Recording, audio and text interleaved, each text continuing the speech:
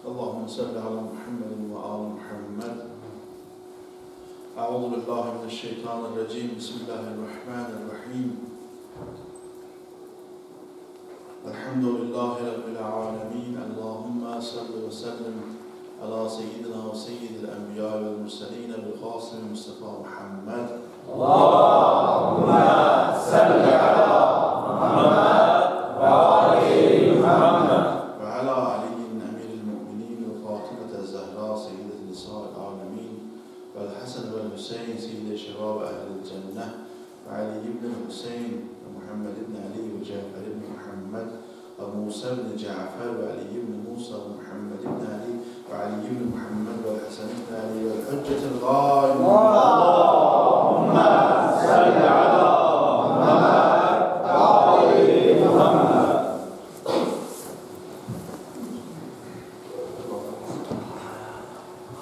Bugünün ikinci hutbesini sabah Mevlud gecesi olacak.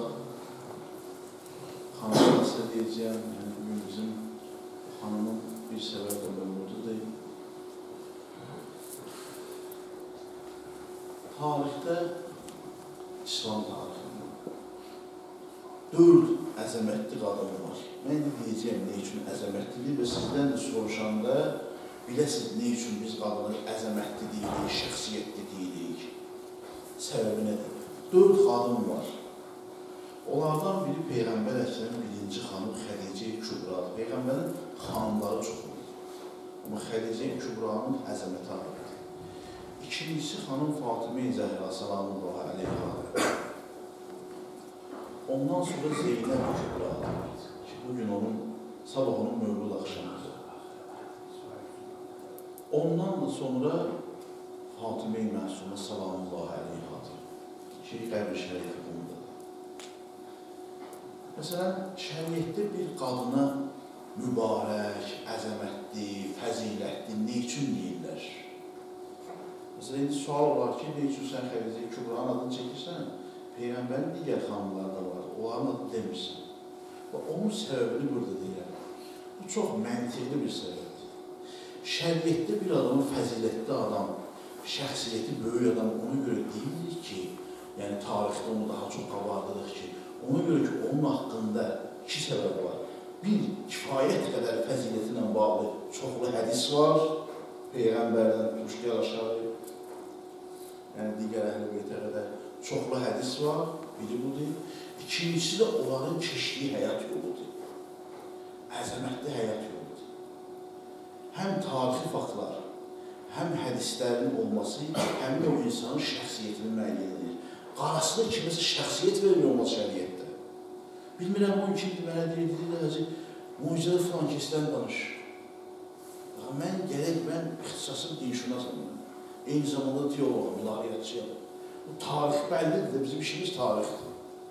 Bir adamın şəxsiyyətini müəyyən etmək üçün gəlir, kifayət qədər bir mənalı olaraq ziddiyyətsiz şəxsiyyət olsun.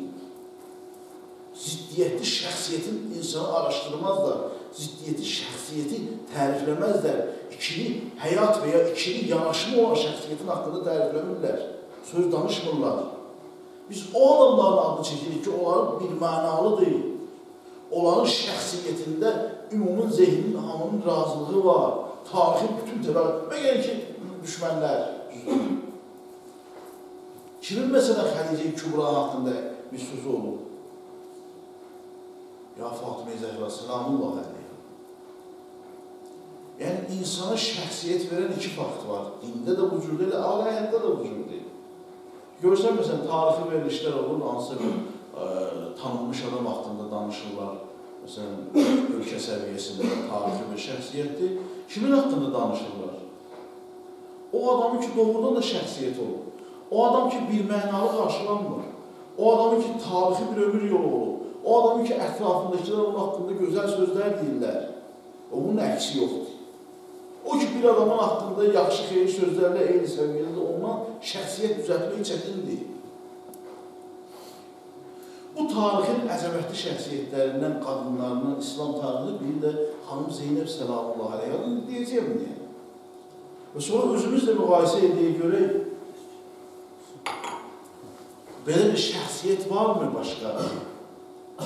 Zeynəb salamullahi əleyha həyatının 3 şəhərdə 4 dəfə səfər eləməklə yaşayıb.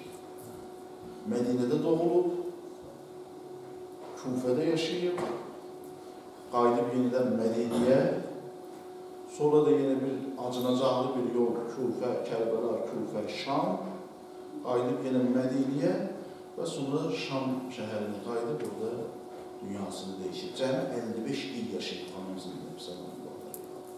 5 illik uşaqlı dövr olub atası ilə anası Peyğəmbər Əkrəmə belə 5-6 yaşında da anasını itirib. Yəni Peyğəmbər Əkrəmə xanım Zəhra salamullahi əleyhanın vəfatının cəmi 75-95 günü olub. Peyğəmbərin bir dənə mirası qalmışdı bizə, Fatimə Zəhra. Özü getdi, onu da apardı və ya qoymadılar. İnşallah ayın axırı məclisləri deyək xanım Zəhra salamullahi əleyha. Əl-Ayuhal, yəni xanım Zeynəbdən danışıq, şəxsiyyətindən o qədər söz danışır. Şairdir ki, ey qələmim, şair öz qələmi ilə yazıb şeirə, qələmindən danışır öz qələmi ilə şeirdə. Deyir, ey qələmim, çox çalışırsan niyə?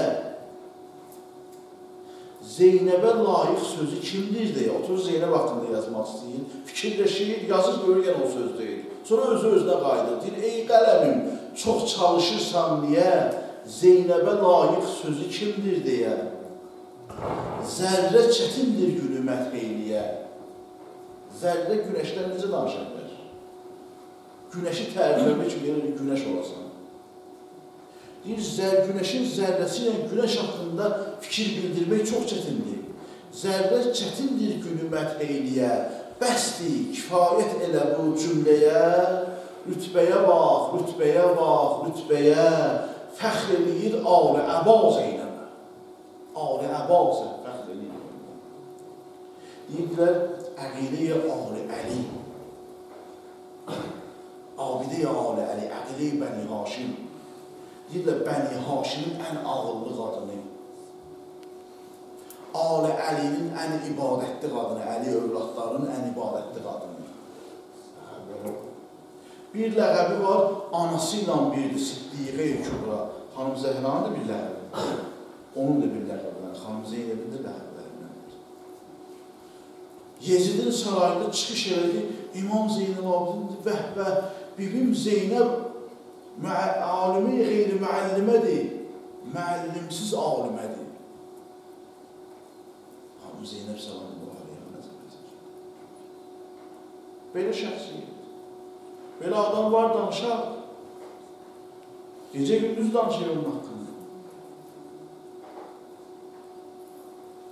Mən dahi Peyğəmbər Əkrəm onun adını, mən bu şeylərə Peyğəmbər olsa hamısında da Əlinin övladlarının hamısının adını Peyğəmbər qoydu.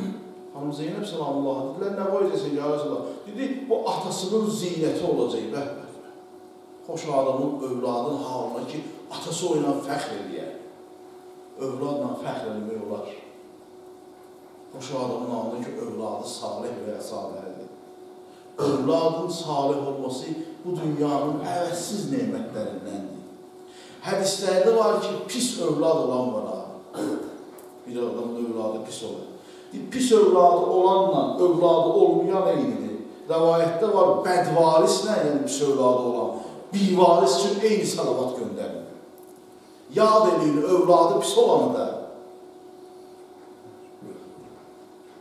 övladı olmayandır. Övladı olmayan ki, təbiidir, övladı yoxdur, gərək onu yad edəyək. Amma məsələn, övladı pis olanı da yad edəyik.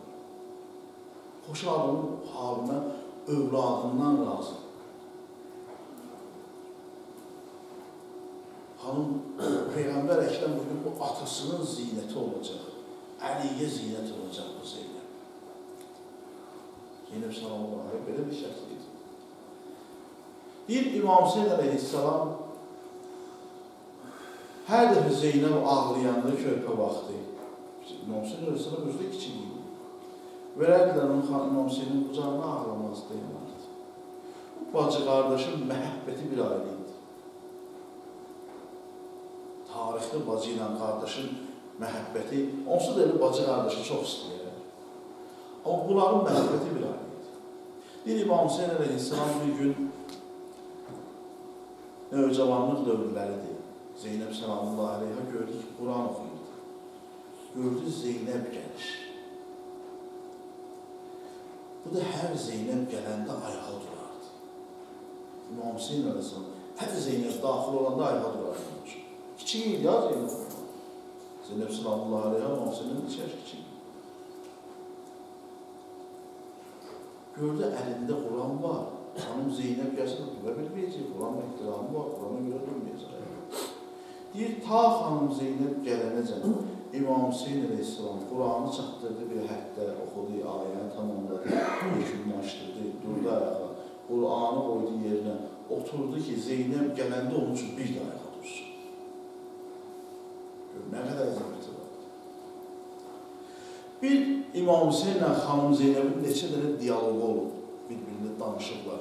Biri də Mədinədədir, hələ Mədinədən çıxmayıblar Kərbəlaya sarı, Məkkəyə sarı.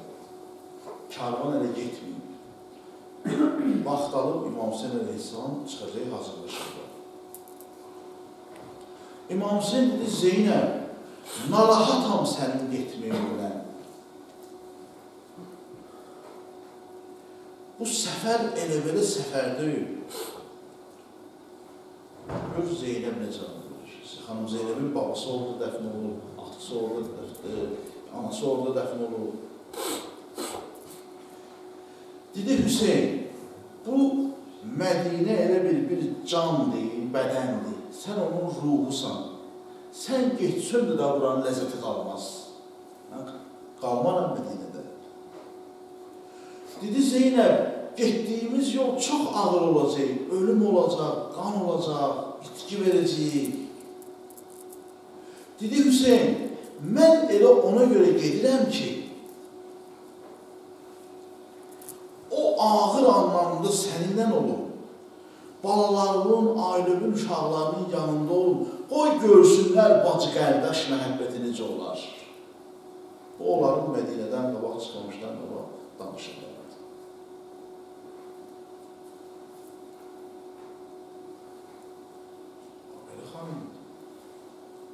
Peyğəmbər Əkrəm, Əli ibn Əbi Talib, xanım Zəhra Səlamullahi Aleyha, o əzəmətli qadın tərbiyəsi ilə böyümüşdü, tərbiyəsini almışdı Zeynəb Səlamullahi Aleyha.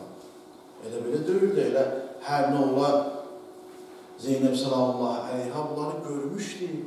Uşaq vaxtı anasının öldürülməsini görmüşdü. Küfədə, bilirsən nə dedi Ömər Sədə? Xanım Zeynəb Küfədə olanda dərs deyib orada məsciddə, Quran dərsi deyib, din dərsi deyib, qadınlara, o ikisində də var. Həm Fatıma Zəhra, həm də Əhl-i Beytin qadınlara dərs deyərdilər, yəni bu vardı. Quran oxumaq öyrədərdilər, şəriət dərsi deyərdilər qadınlara. Xanım Zeynəb də Küfədə dərs demişdi, özü də olmuşdu Küfədə xəlifənin qızı idi, o Xəlil Əssalam xəlifə idi. Karvanı aparırdılar, İmam Hüseynin karvanını Aşuradan sonra Şama qədər Ömər Səd aparır. Yəni karvanın başçısı, Kərbəla hadisəsinin başçısı Kərbəlada, qoşunların da başçısı, karvanı aparan da Ömər Səd olur. Küfiyə də o getirir, Şama da o aparır. 3 dəfə xanım Zeynəb Səlamullahi Aleyha Ömər Səddən ağız açıb söz istəyir. Aydın Mövlud məclisidir, mən o müsibətli yerlərini çox demirəm, belə qısa deyib keçirəm üstündən, daha Mövludda ağlamazdır. Dedi ki, Ömər Səd, səndən bir ricam var. Bizi ki, Küfiyə aparırsan, Küfəni elə gilən gecə daxil olaq. Yox, gecə daxil olmuruqsa, gündüz çatsaq, gündüz Küfiyə girişdən qabaq karvanı saxla, qaranlıq düşür, sonra bizi apar. Dedi, niyə Zeynəb? Elə niyə eləmək istəyirsən? Dedi, axı mən bu Küfədə Əlinin qızı olmuşam, hörmət görmüşəm, izzət görmüşəm, dərs demişəm, tələbələrim olub. Mən o qadınların yanına əli bağlı bu cür necə gedməsin kimi? Xəcalət çəkdi.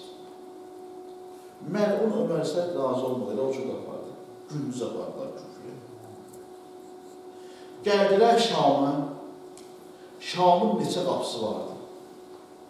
Bir qapısı çox şuluq idi, bazarın içindəndir. Qədim şəhərlər belə döyüldü.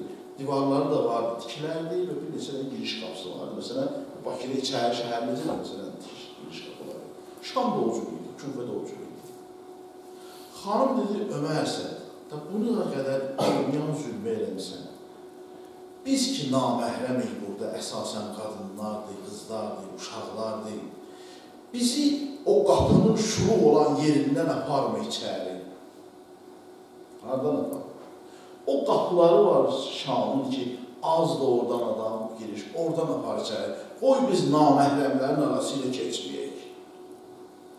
Bir Ömərsə də onu da eləmələri, bilərəkdən bazanın içində apardı. O xanımın əzəmətidir, şəxsiyyətidir. Gəldi, karvan qaydandan sonra məlumdur, yəni Yezidin sarayındakı olan hadisələr bəlli hadisələrdir. Yezidin sarayında bir neçə gün bunlara zülm edədilər. Sonra İmam Zeynalabidin çıxış elədi sarayda cəmaatın qarşısında. Sonra da xanım Zeynəb çıxış elədi və Yezid gördü ki, çox bədbin vəziyyətə qalır, ağırlısı gedib, hamısını atdı İbn Ziyadın boyunca. Mən deməmişəm belə elə. İbn Ziyada demişəm, qarşısına al gələn Hüseynin qiyamının, o da öldürüb. Və halanki İbn Ziyadın əlində məktublar var idi ki, öldürüb. Yezid demişdi. Və çare olmadı, dedim, nə danışırsınız? Mən Peyğəmbərin əhl-i beytini belə eləmərəm, Quran azad elədi əsirləri və nə qarət olmuşdursa onlardan qaytardı. Nə qalmışdırsa da. Xanım Zeynəb sallallahu əleyhə 3 gün karvanı çıxartmadı oradan. Dedi, 3 gün biz qalacaq Şamda, hələ Yezidin sarayının yanında İmam Hüseynin matəm tutacaq. 3 gün qaldılar, İmam Hüseyin əleyhissalama matəm tutdular. Mərsiyə oxuyan yox idi ki, o. Mərsiyə də xanım Zeynəb sallallahu əleyhə vardı. Rozanı da o oxudu. İmam Hüseynin birinci mərsiyyəni xanım Zeynəb sallallahu əleyhə. Sonra bu karvan qayıtdı. Bir karvan başı verdilər bunlara. Yenə də yolda da qadınlardır, uşaqlardır, İmam Zeynəb bunlara hücum olmasın. Bir neçə nəfər silahlı ilə, təbii ki, həmin o karvan Şamdan qayıtdı, gəldi Mədinəyə. Bir rəvayət var, gəldilər Küfəyə, İmam Hüseynin ərbəyinə Küfəyə çatdılar. Ondan sonra gəldilər Mədinəyə. Bir rəvayət var, yox, xanım gələn il getdi, gələn il ərbəyinə getdi İmam Hüseyin əleyhissalamı ziyarət eləməyə. Əlahühal bilinmir, çünki Kərbəla hadisəsindən sonra xanım təqribən 2 il ömür sürüb. O da Şamda. Mədinəyə qayıdı, sonra Mədinədən gəlib Şama köçüblər, yəni qıtlıq olduğu üçün, dolaşım olmadığı üçün, həyat yoldaşını köçüb Şama. Şamda da çox az yaşayıb. Yəni 1 il, il yarım, 2 il yəni xanım Zeynəb Kərbəla hadisəsindən sonra yaşamayıb. Bir karvan da gətirdi, onları gəldi Mədinəyə. Kərbaladan da gəlmiş olsalar, birbaşa da gəlmiş olsa, gəlinə çatdılar Mədinəyə Şamdan. İlk karvan Mədinəyə çatanda xanım qadınlara dedi ki, o əşyalar ki sizdən almışdılar, qızıllar, gümüşlər, boyunbağız, ne varsa, sonra qaytardılar da bunlar. Dedi, nə var, hamısını yığın verir. Hamısını yığın verir, xanım Zeynəb sallallahu əleyhi. Bir xanım Zeynəb onu qaytardı karvan başına. İndi nə məna vardı təqdirində, nə hikmət vardı? Ya dedi, alın gözümüz doysa, heç bu da bizə lazım deyil. Nə hikməti vardı bilmirəm. Ancaq soruşanda belə dedi.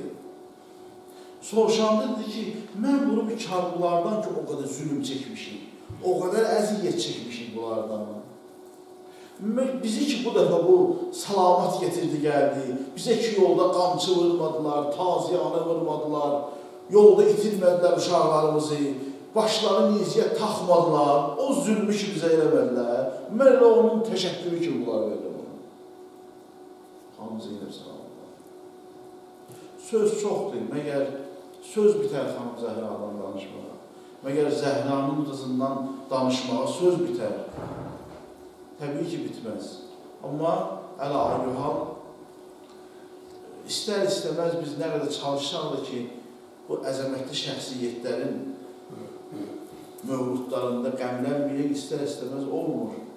Çünki bunların həyatı belə olur. Həyatları bunların qəmlə keçib, kədərlə keçib, müsibətlə keçib, zülmlə keçib. Əl-Ayuhal, Xanım Zeynəb Selamullahi Aleyha belə bir şəxsiyyət idi. Allah Təbarək və Teala'na and verir, İzzət və Cəlalına. Mən həmişə bu duanı eləyərəm. Allah bizim ailələrimizi, analarımızı, bacılarımızı, qız gəlinlərimizi Xanım Zeynəb Selamullahi Aleyha'ya bağışlasın. Amin. Allah onları elə Xanım Zeynəbin yolunda qərar versin. Amin. İmam zamanı zuhurunu təcil eləsin. Amin. Cəmində nə hacəti var, bərabər eləsin. Bismillahirrahmanirrahim. Qul huvallahu ahad, Allahu samad, ləm yəlid və ləm yulad və ləm yekun lehu kufuven ahad. Allahümme salli ala